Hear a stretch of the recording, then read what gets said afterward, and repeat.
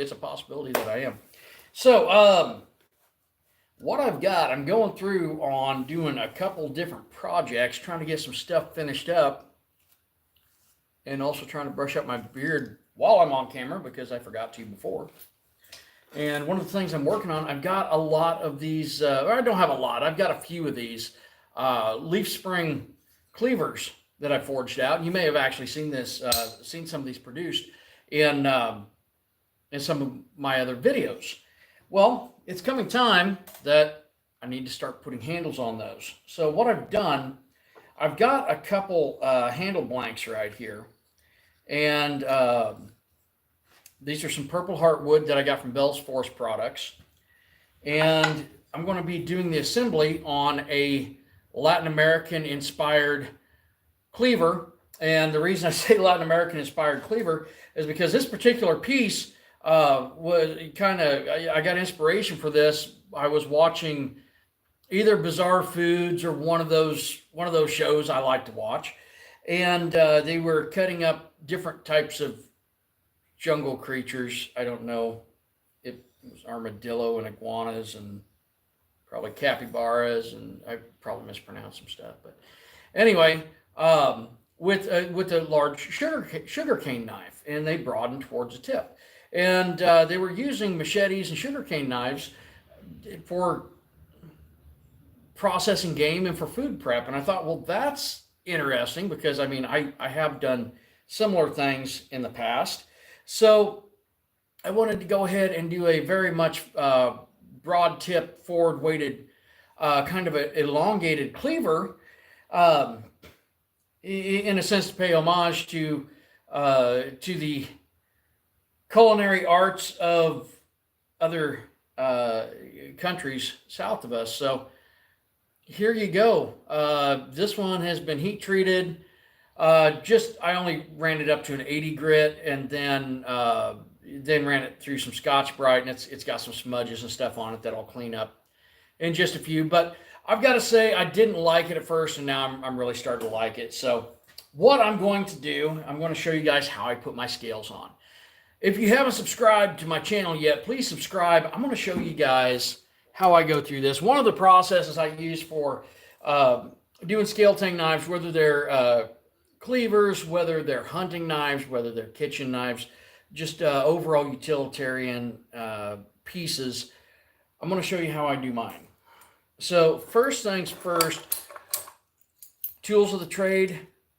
I like some C-clamps. Some people use some spring clamps. I like to use C-clamps on mine. And I've got some, I think this is Bob Smith Industries epoxy from Pop's Knife Supply. It's a two-part epoxy. So first thing I do, I went ahead and I've already drilled and preset my pins into one side of the scale. Hello, Tristan.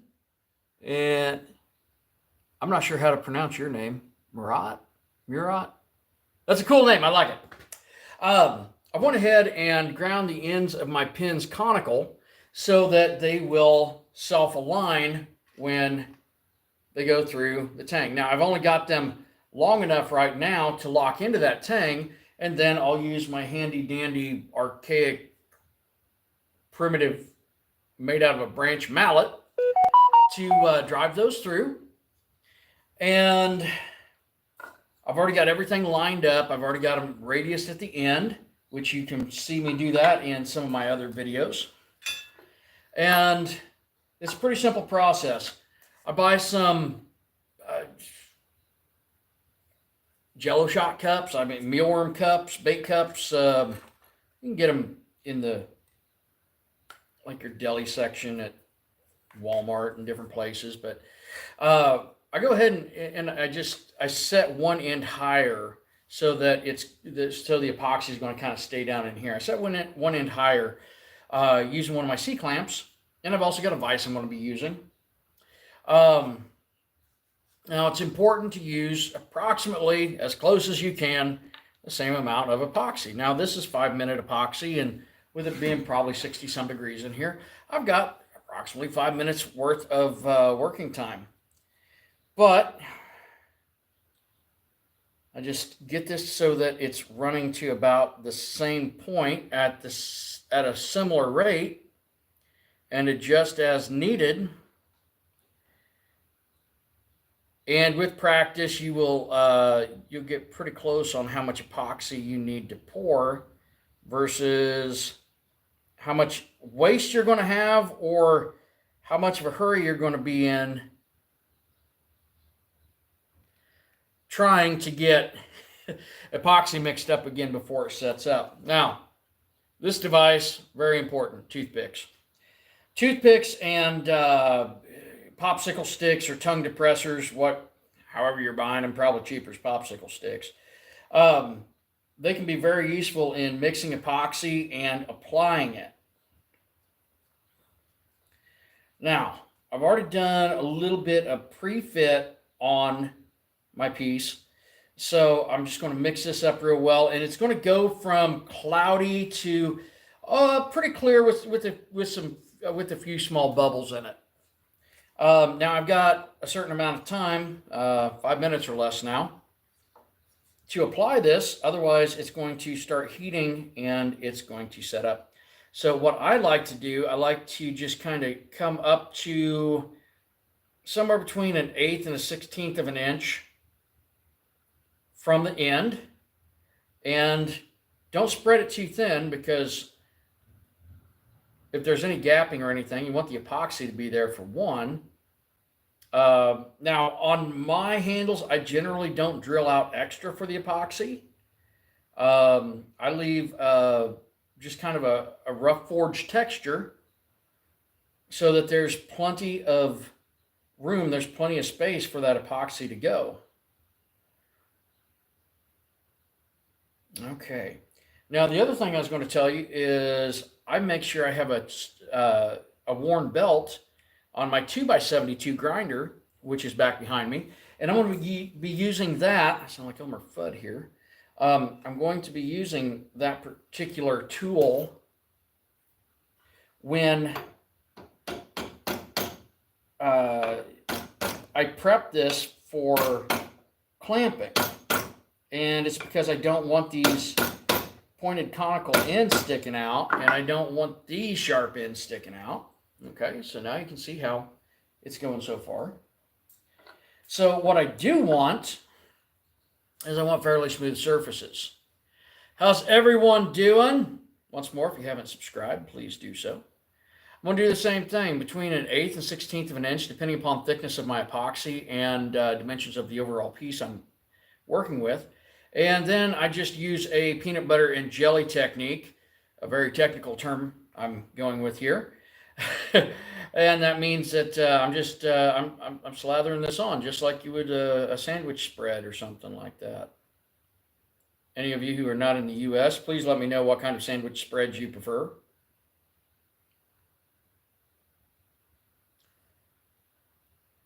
Okay. Now, in the process, I'm getting epoxy down into these holes, and I'm not going to peen the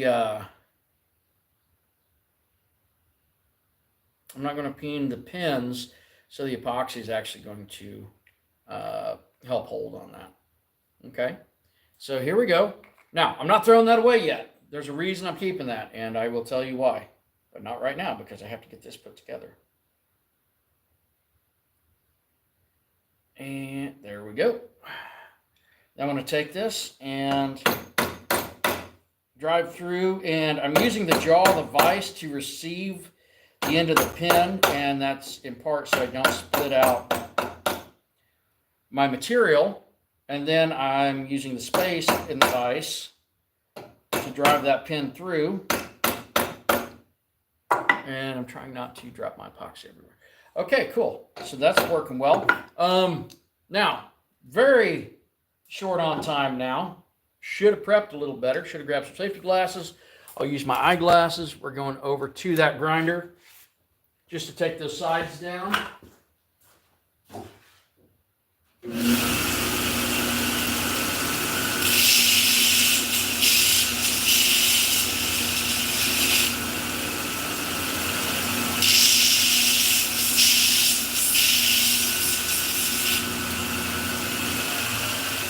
a couple of reasons I do that. One is so that I have smooth sides when I'm doing my when I'm clamping everything up. Also, this is not sharp yet. I'm going to come in here and use my vise to hold below the first pin. And I'm going to squeeze that until stuff starts coming out the sides. Some people say, well, now you're getting you don't have room for your epoxy. Trust me, I've made thousands of knives in a simpler manner, and it works. So now I'm alternating where my handle is as I come up here because, well, very simply, it's easier for me to control and tighten that down as I go along. And I squeeze that in. This is sitting here. And then I come up above the pin, squeeze that down. I'm getting a lot of weight up here, so I go ahead and tighten on the lower portion. I've got epoxy everywhere coming out. So this is an important part. I got to grab a paper towel.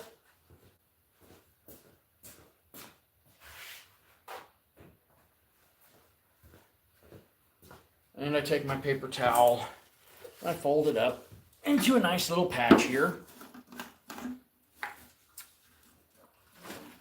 And I get some acetone.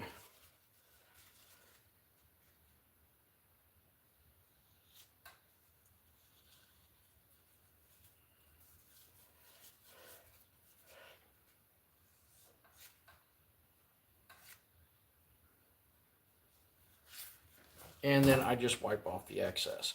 Now, if you don't get this, you can cautiously take something like a thin blade, like a razor blade or something, and pop that off later. This is a lot easier cleanup. And also, if there is any gapping, you're pushing that down into the gap. And especially with food service, you don't want gaps on your knife handles. Okay, so here, now I have several cuts on my finger right there that I can feel because I've been using acetone. And I'm going to go ahead and dispose of this.